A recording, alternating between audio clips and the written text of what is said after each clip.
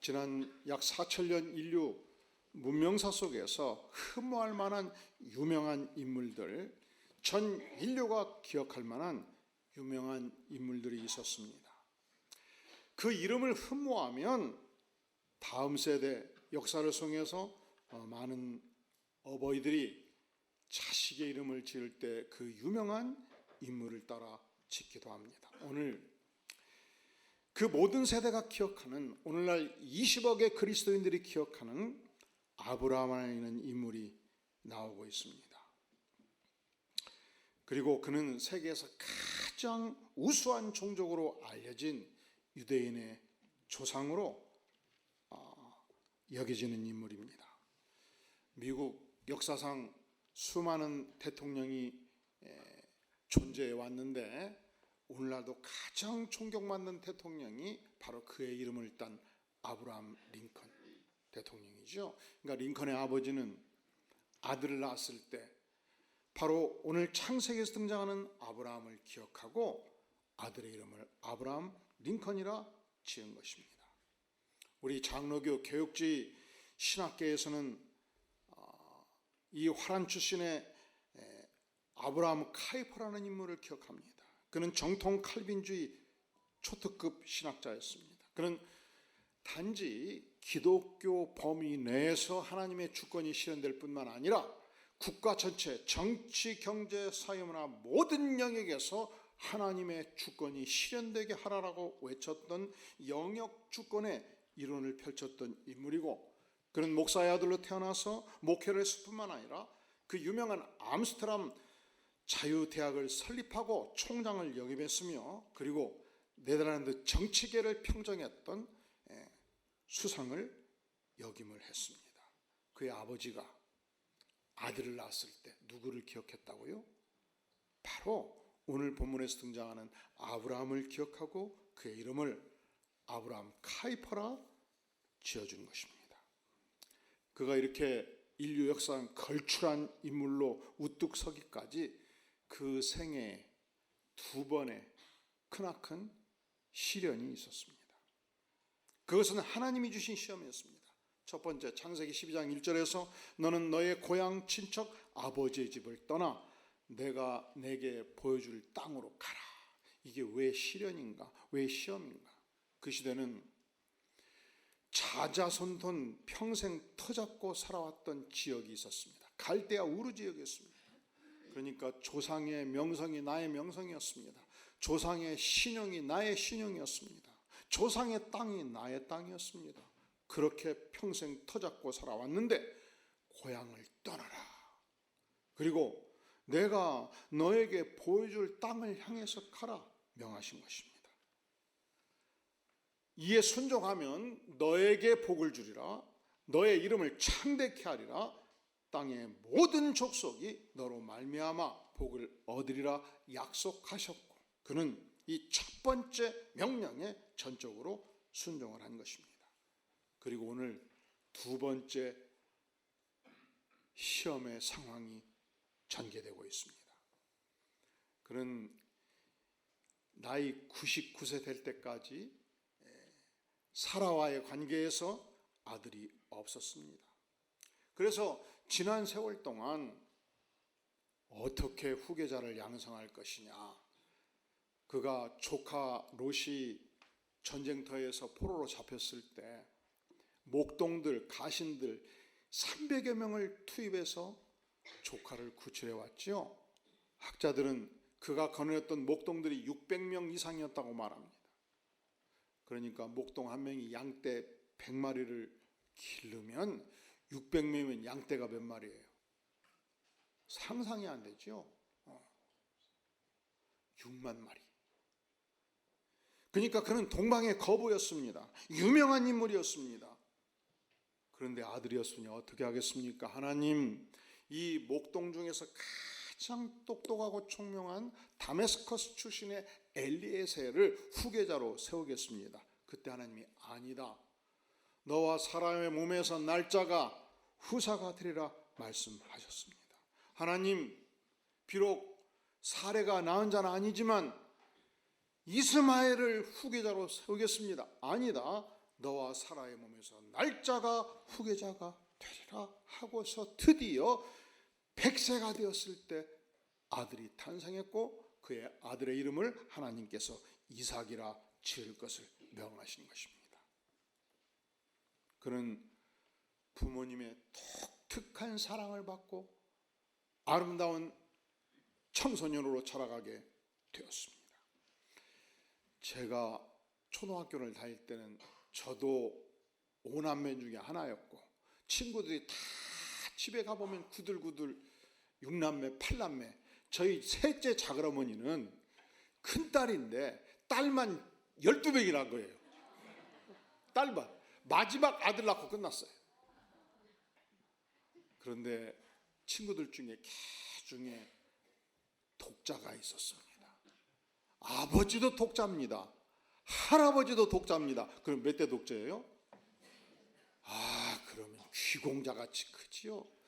금이야 옥이야 사랑받고 크지요. 때깔이 달라요. 도시락이 달라요.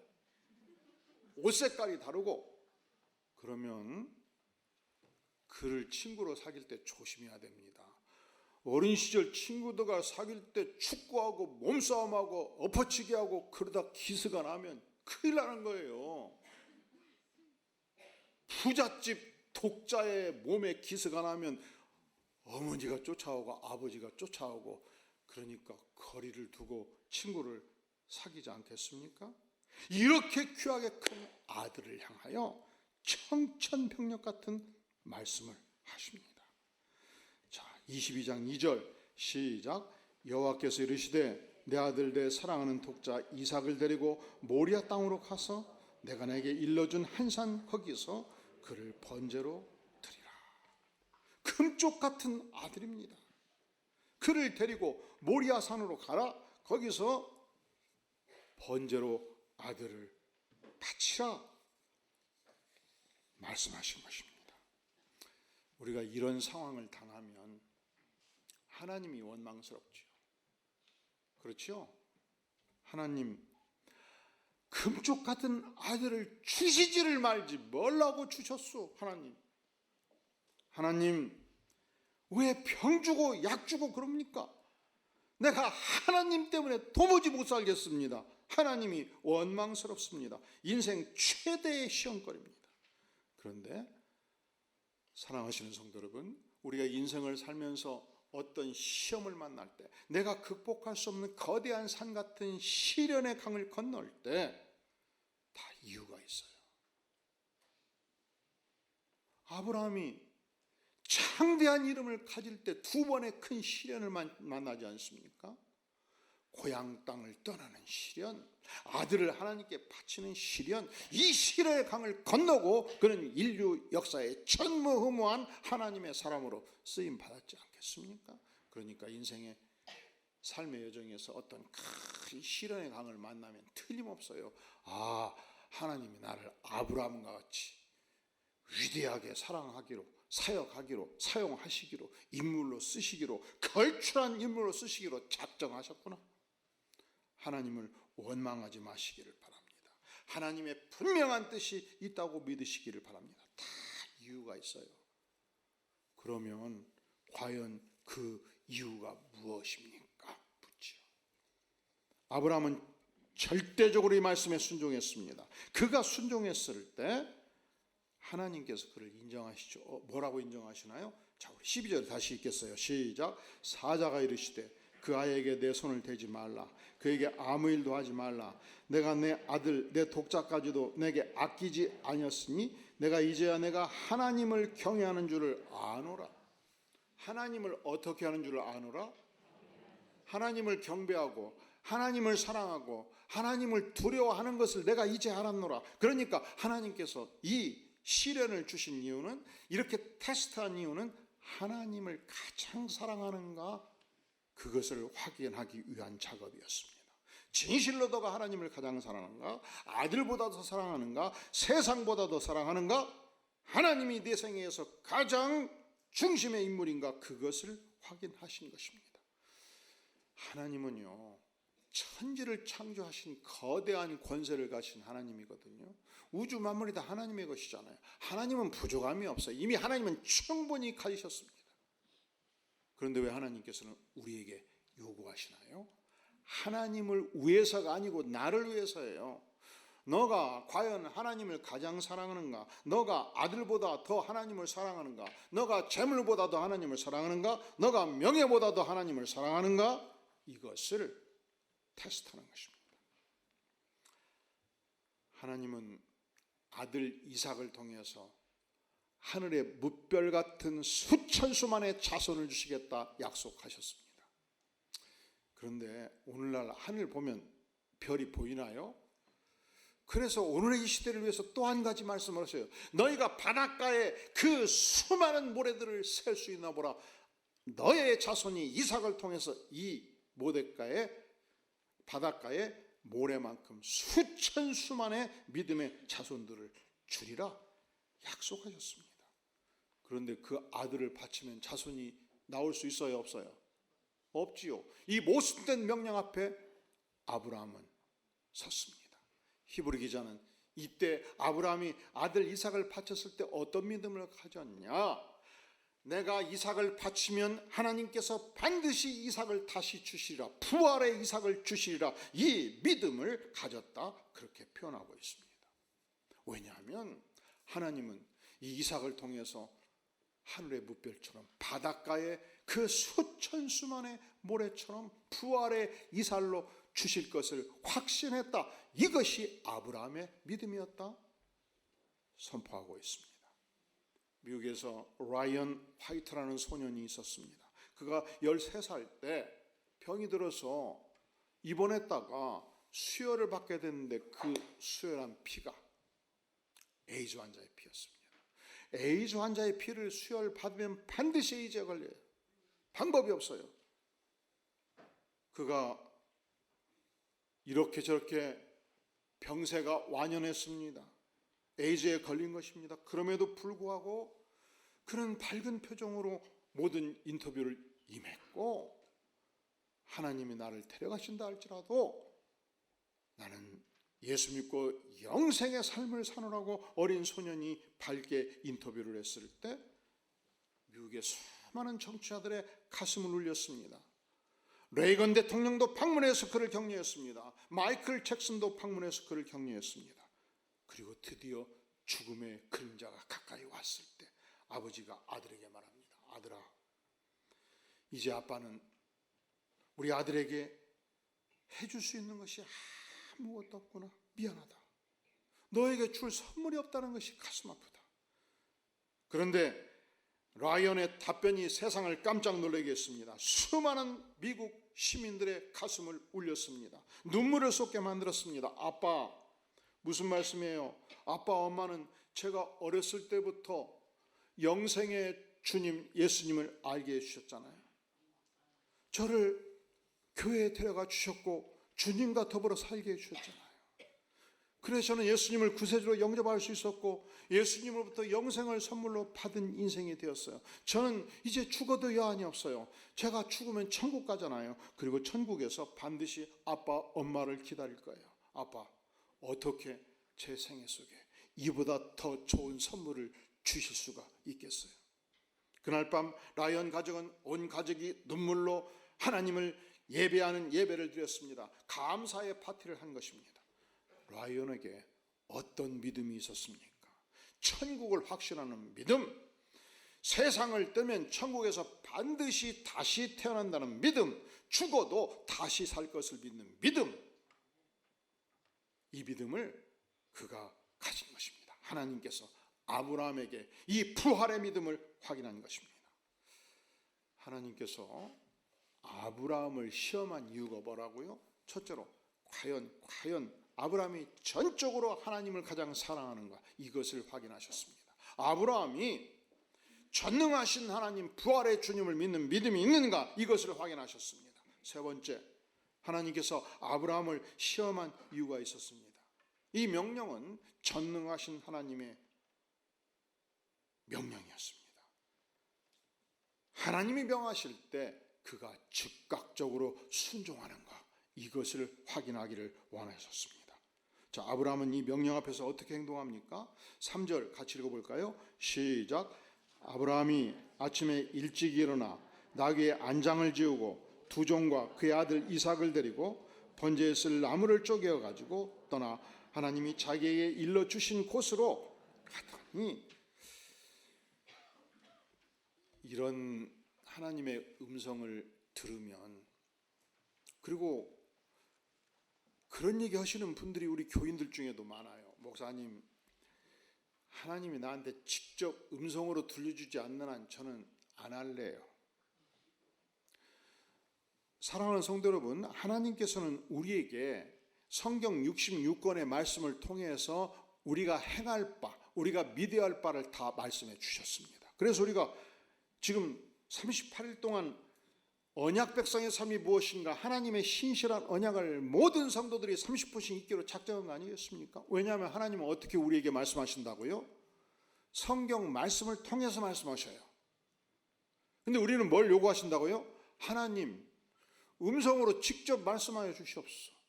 그래서 아브라함이 음성으로 직접 들었어요. 들었는데 뭐라고 말씀하셔요? 내 사랑하는 독자 이삭을 번제로 바쳐라. 너무 음성 듣기 원하지 마셔요.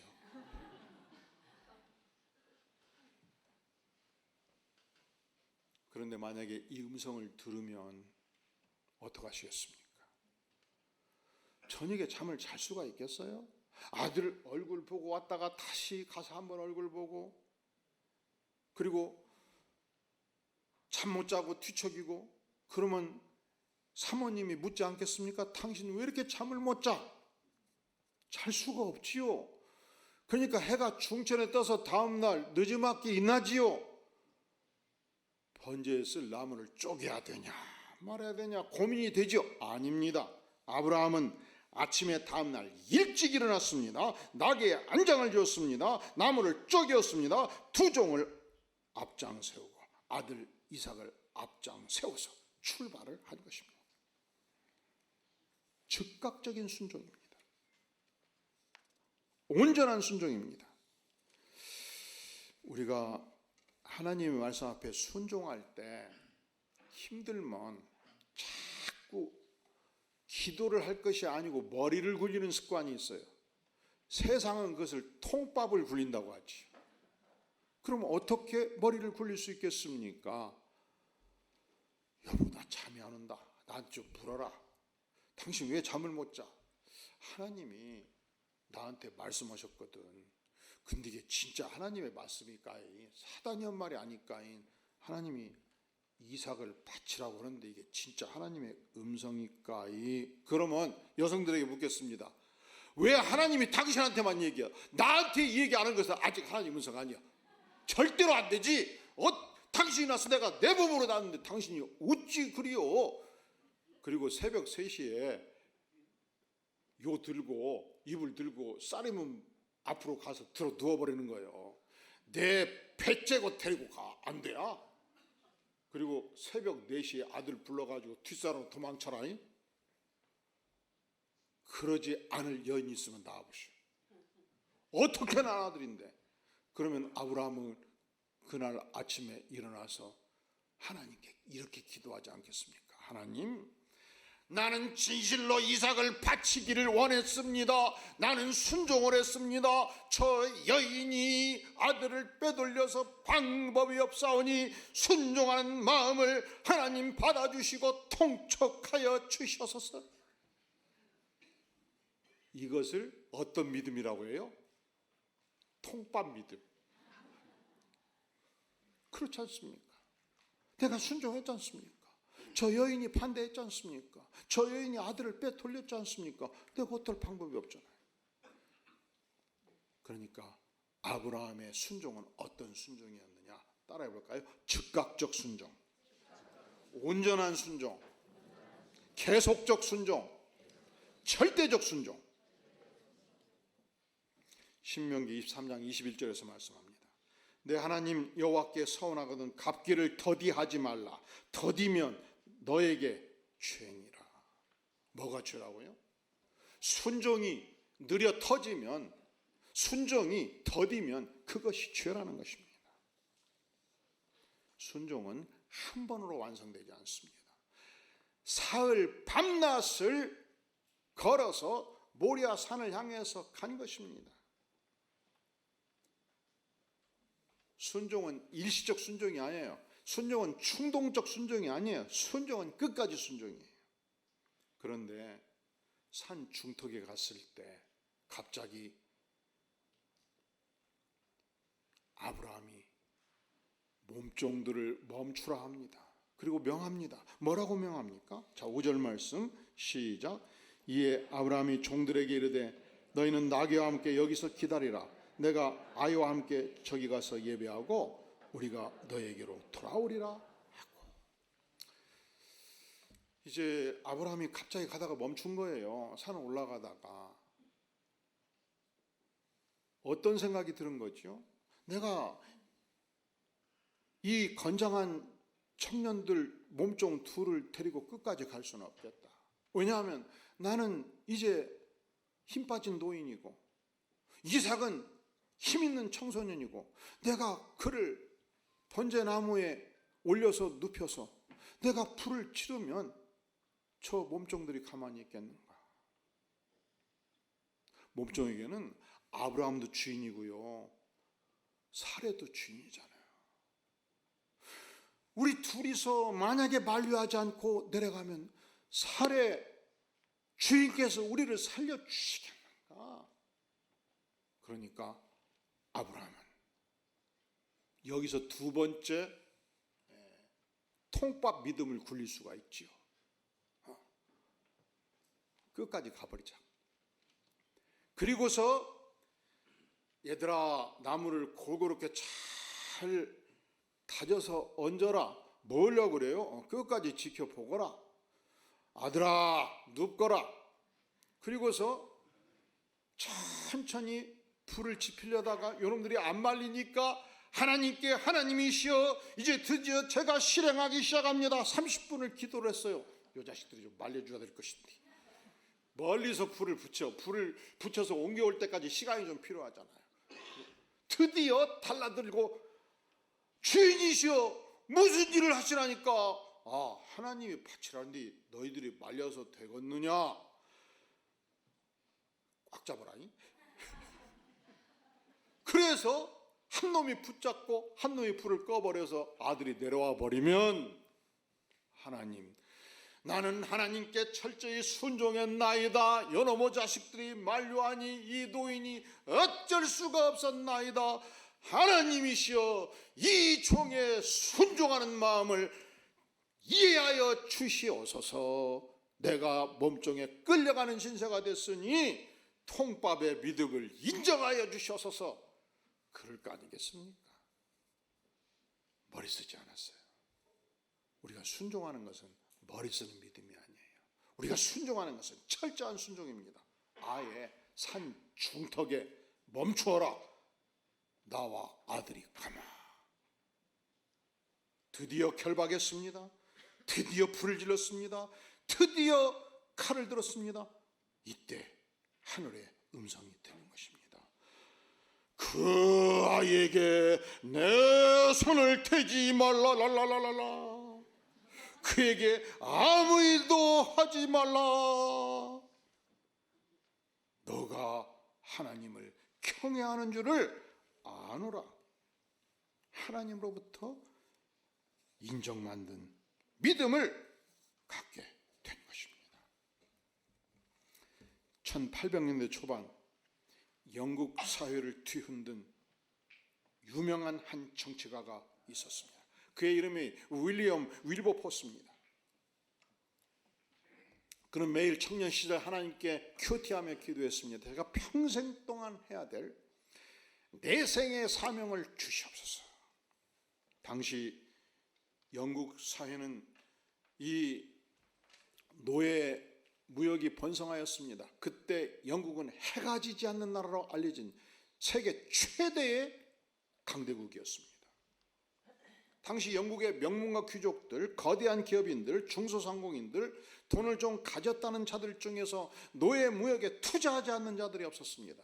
왜냐하면 선박 한 대 투자해가지고 아프리카 가서 노예 500명을 잡아넘기면 노예 한 명당 2억씩 1천억을 벌었습니다.